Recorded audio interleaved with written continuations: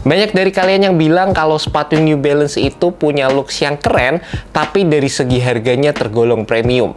Ya, memang sih, kemarin kita sempat review sepatu New Balance 990 V2 yang Teddy Sentis itu harganya kurang lebih di 4,5 sampai 4,9 juga.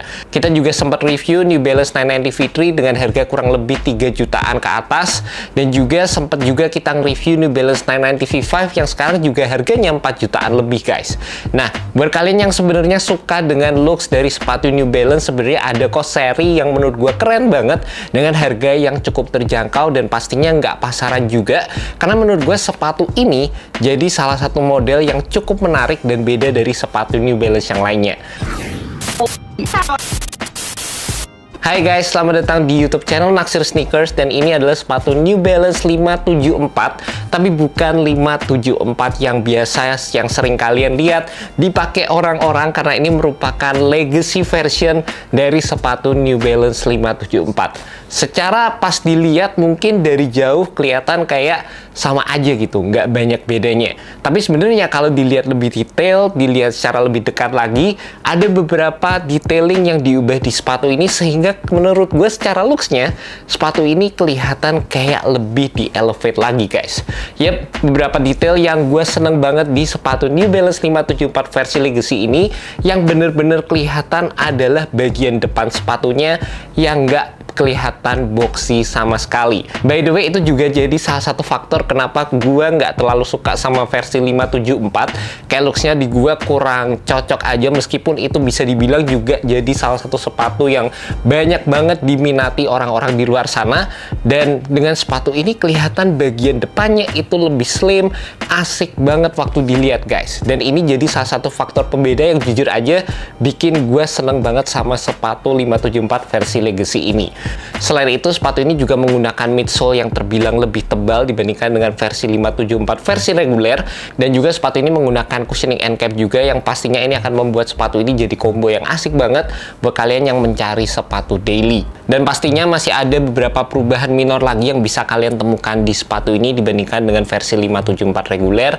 Dan secara overall sih gue ngerasa kayak versi Legacy ini mungkin kalau simpelnya bisa dibilang kayak versi 70s dari Converse Chuck Taylor. Selain itu, sebenarnya yang gue seneng banget memang dari dulu gue suka dari New Balance adalah dari segi penggunaan layering material yang cukup beragam, terutama untuk di versi sepatu yang ini, karena memang siluetnya udah klasik, kelihatan kayak banyak layering materialnya, guys. Jadi ada penggunaan material leather, terus ada suede-nya juga, terus di bagian depan ada mesh-nya juga. Dan by the way, gue seneng banget sama looks dari material mesh yang ada di sepatu ini. Detailing lining yang ada colorway-nya buat gue sih asik banget.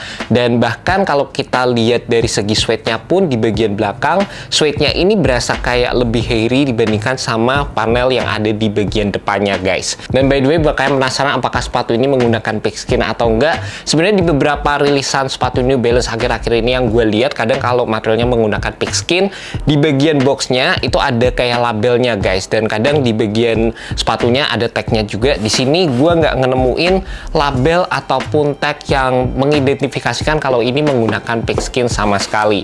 Jadi gue sih berasumsi enggak, tapi jujur aja gue 100% nggak terlalu yakin gimana cara ngebedain antara leather yang dari kulit sapi ataupun pigskin, karena ya secara quality-nya sendiri kadang kalau gue bisa bilang yang pigskin itu kayak lebih bold secara looks, dan menurut gue sih untuk versi yang ini gue ngerasa juga cukup bold gitu secara penggunaan colorway dan lain sebagainya, guys. Dan di samping itu, seperti yang gue bilang tadi, sepatu ini tuh perfect banget kalau kalian pengen jadiin sebagai sepatu daily, dimana udah beberapa kali gue pakai juga, ada beberapa yang kelihatan kotor kayak yang ini.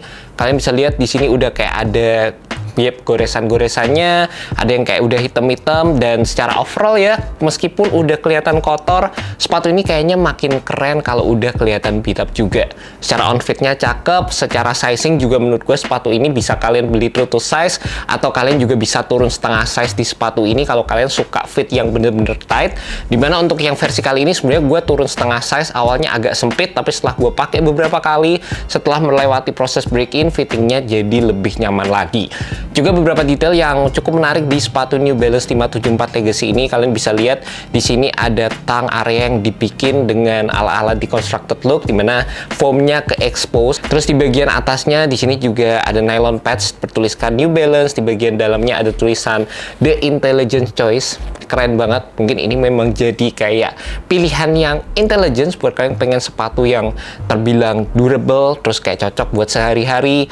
By the way, bagian bawahnya gue juga pengen infoin, bagian bawahnya itu tebel banget guys, jadi pastinya aman. Ada kayak bolong-bolongnya juga di bagian depan yang itu buat compression foam yang ada di sepatu ini supaya bisa lebih optimal. Dan secara overall buat kalian yang penasaran sama harganya, yang biasanya kayak nemuin sepatu New Balance dengan harga yang cukup premium di atas 3 jutaan, sepatu ini dijual dengan harga 1.799.000 aja, dan kalian bisa ngedapetin sepatu ini di Foot Locker guys. And that's about it guys, initial review untuk sepatu New Balance 574 Legacy, dimana ini jadi salah satu sepatu New Balance yang gue seneng banget. Secara colorway ini bener-bener asik, gue suka, dan secara looksnya ini jadi versi yang gue lebih prefer dibandingkan dengan 574 versi reguler guys. Buat kalian yang udah nonton video kali ini, thank you so much. Buat Foot Locker juga thank you, and see you next video guys. Semoga video ini bisa membantu kalian dalam menemukan sepatu yang cocok untuk kalian. Alright, peace.